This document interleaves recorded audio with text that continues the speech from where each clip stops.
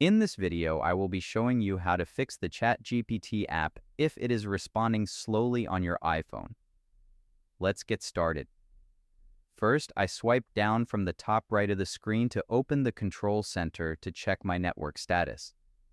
I see that the Wi-Fi connection is currently active. From here, I swipe back up to go to the home screen and open the Chatgpt app to see how it's performing. It takes a second to load, revealing the interface. I tap on the chat window to bring up the text box, but the application feels slightly sluggish. I return to the home screen to address the network performance directly. I pull down the control center once more. To refresh my current connections, I tap the Wi-Fi button to turn it completely off. The system lets me know it is disconnecting nearby Wi-Fi until tomorrow.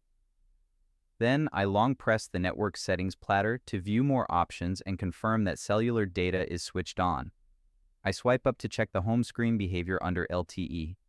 After a moment, I slide the control center back down, turn the Wi-Fi radio back on, and let the device search and reconnect to my network.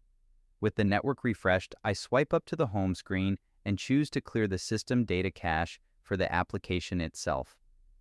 I swipe down on the home screen to open the search bar, type in settings, and tap on the Settings app icon. Once inside, I tap on my Apple account profile at the top, scroll through the main account overview, and then go back to the primary settings menu. From the main settings page, I scroll down and select General. Next, I choose iPhone storage from the list. The system takes a moment to calculate the application sizes and current data usage. I then scroll down through the list of installed apps to locate Chatgpt. Once found, I tap on Chatgpt to open its specific storage options.